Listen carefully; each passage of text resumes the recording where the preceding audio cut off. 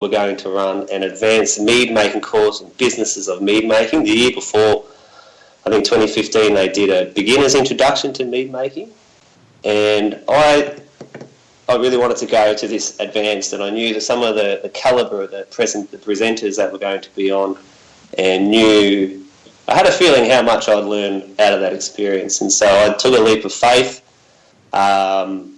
We had some people who went above and beyond, helping this random Aussie stranger who clearly had never met before, Amina Harris and Liz at the Honey and Pollination Centre. She worked really hard to hook this up for me and allow me to not only do the 2 courses, but then to get some work experience in some working meaderies. So the courses were fantastic. I'd strongly recommend anyone who was ever thinking about taking their mead making to another level. That progressed my mead knowledge easily 5 years into the future than where I would be now if I didn't. We had guys like Chick Brenneman and Shay Comfort and Peter Borkledge and Ken Schramm. They were all keynote presenters, and I was learning stuff I thought I already knew. How did I not know this? Still, today has forced me to go back through my notes from a couple of years ago, and there's still stuff I don't understand that they were talking about then. So it's given me so much to chew on. And then I was so lucky that Amina Harris introduced me to Frank Goldbeck, probably the best man in the world. I love that guy. He's absolutely great. Isn't he like the most cheerful guy on the planet? You know what? We left at Davis, California, so up there in Napa Valley. You guys know all this. I don't. Probably a lot of our listeners in Australia will need a geographical lesson.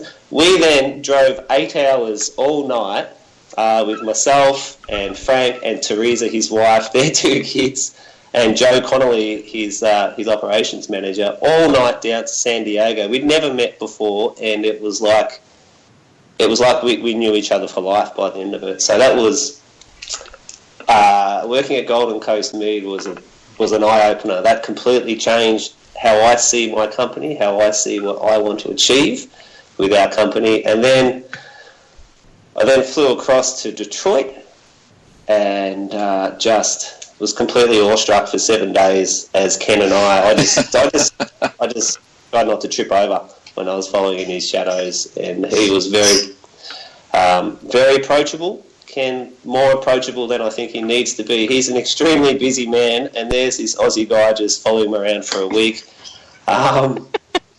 So open, so entertaining, and it's just, I've met so many mentors out of that experience. I've met so many inspirational people, made so many relationships and friendships from that there's no way I could be where I am now if I didn't, put myself out there. So that was the UC Davies. That was, what was that? Is that last year now? February last year, I think that was. Time flies. And we'll go back every single year if I could. Every single year I'd do that again.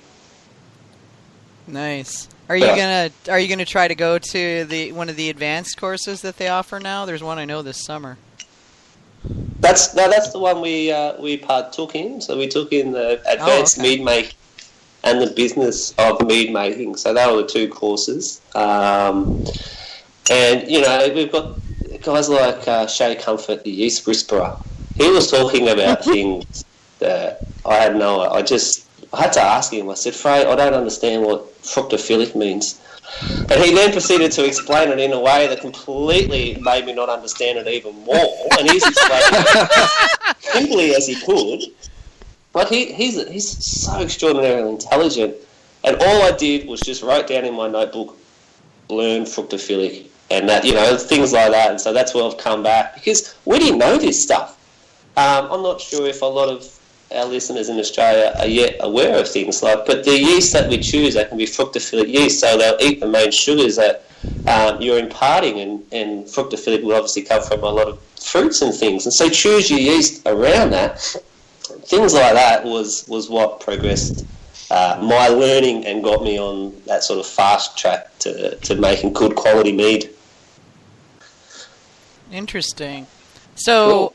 How long did you hang out at Golden Coast and at Ken's?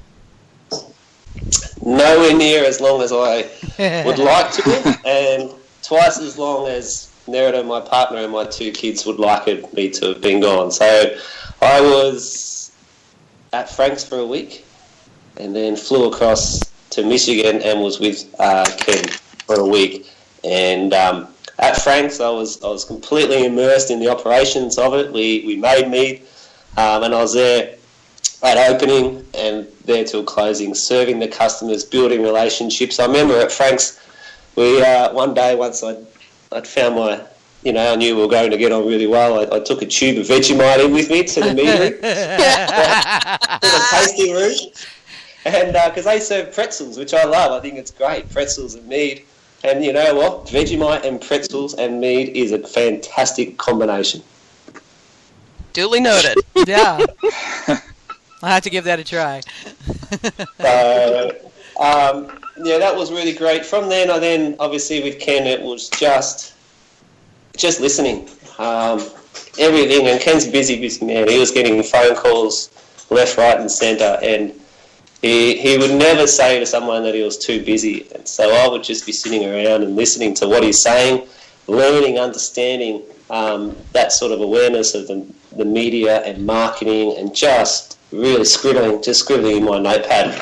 And, it's literally full from those 2 weeks that I was over there in the States. So you got a crash course in meadery management. 100%. And so 2 completely different operations, what they do at San Diego to what they do in Detroit. And that was really conflicting for me, because I come home and I didn't know who I wanted to be like. Do I want to be like Frank? Or do I want to be like Ken over at Detroit Charles? And I'm still conflicted. So we'd like to sort of aim to create styles of mead across the board that would touch to that sort of more refreshing side of mead making, like Golden Coast does, and then towards that other end of the spectrum, really luxurious, love to charge as much as Ken charges for mead. One day I seriously doubt I'll ever be able to do that, but and just understanding respect from Ken. I think that was a big thing, respect for the ingredients, respect for the processes, and from that, respecting your fruits and your honeys leads to that sort of philosophy of quality in, quality out, which he does so well, very, very well. He's one of the things that I love about Ken is that for him, quality is a religion, and there are no shortcuts, there are no anything, and that's not to say that other meaderies are doing that, but Ken has always seen that as like the very core of his philosophy, and that's one of the things I admire about him, is that he is, no matter what, no matter how hard things get, he is unwilling to compromise that one aspect. Amazing, yeah. And it's reflected in the releases, but more importantly, it's reflected in the following that Ken has. And I put a post on our Australian Mead Makers page the other week when he released, I think it was Heart of Darkness again. Yeah. And just the lineup that people do, it's an institution, it's a religion for some people, some of his meads. And it's amazing to have tasted it when I was over there, and two of our children will have a bottle of Ken's mead when they turn 21. We have a bit of a religion here that we buy, not a religion, it's the wrong word, but a family tradition that we buy our children a bottle of something every year, and they'll get it on their 21st birthday, then their 22nd. So they'll get a 21-year-old bottle of mead from Ken in a couple of years' time. Nice. That's really cool. Wow. But I need to take this opportunity, because we jumped straight into it, but Hamish, it's well worth recognising the hard work that you've done. I know you've just come back from the States, and it's so important how much hard work that you've done for us in Australia and for raising the awareness, and now raising the bar of the quality of mead to be the first Australian to win gold at the Mesa Cup is truly inspirational, mate. And, commendations cannot be extended to you enough. So, again, well done, champ. I feel like I ought to play the cheering noises on the sound effects. Just don't say rooting for him, because that means something completely different in Australia. Yeah, I think it's great that he did that. The look on, I was sitting next to him when they announced his name, and the look on his face was priceless. I thought I had a chance, and when they read out second place and I hadn't got it, I'm like, oh, no, I'm screwed now. So when they called me out at first, I just about fell over, yeah. I'd given up. Yeah. You deserve it. You deserve it. You really do. I really wish I'd had my camera pointed at his face.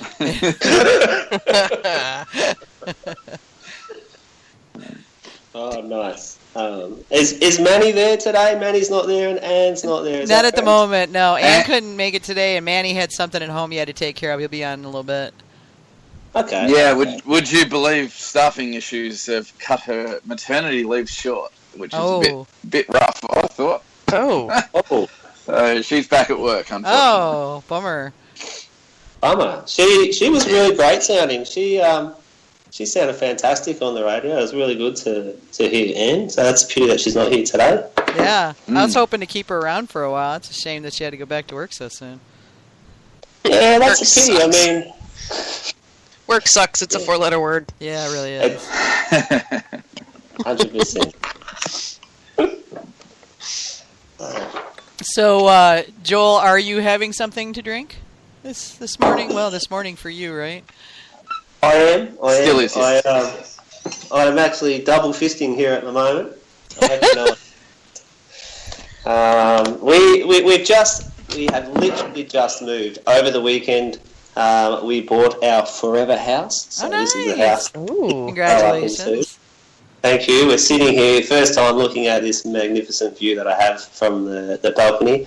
And in that process of having to move, I was frantically bottling meads from the shed. It was all, 5 litre, 20 litre carboys that needed to be bottled for the move.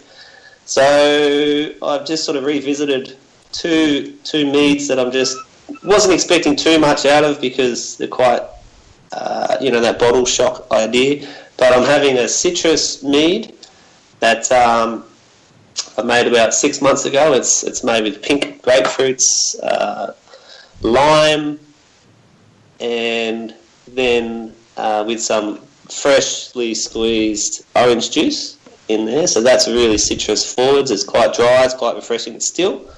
And then I wanted to visit a sour mead that I'd made. That's about 11 months old. Aged on blackberries, so that's a proper sour. So that's using the cultured lactobacillus to get the souring effect, and then letting it age, letting the bugs chew through the rest of the blackberries. So they're the two that I'm just sort of sampling and taking tasting notes on at the moment. Interesting. They both sound really good. I like sours. I mean, Frank got me hooked on those, so I'm watching with interest. There are a number of meaderies here in the States that are producing or getting ready to produce sours now. Oh, that was it for me. As soon as I tasted Frank's sour mead, man, that was it. That's what I said before. It completely changed the way that I've envisaged mead could be made, and using that technique now that we're seeing a lot in what we call the New World sour ales and things like that, applying a lot of those techniques to make sour meads, and it's refreshing. It's delightful. It's got a good little bit of acidity at the end, so it's got that bite. It's not very blackberry forwards, but it's more to keep that fermentation process going for 11 months. But super crystal clear. Really delicious, and I honestly think sour meads will form a significant role in Australia especially. I'm not sure about the States, but in raising the awareness of mead, because mead just doesn't have to be one type. It doesn't have to be served after dinner as a sweet. No. Mead. We can really change that process and get mead into people's mouths in the middle of the day after a hard day's work down the beach, playing cricket, I don't know. Something that we could be drinking a lot more than just, celebratory sort of style beverage. You need something with alcohol in it. And it doesn't have to be thickly sweet and poorly made. Yeah. Did you just have a crack at cricket then? I did.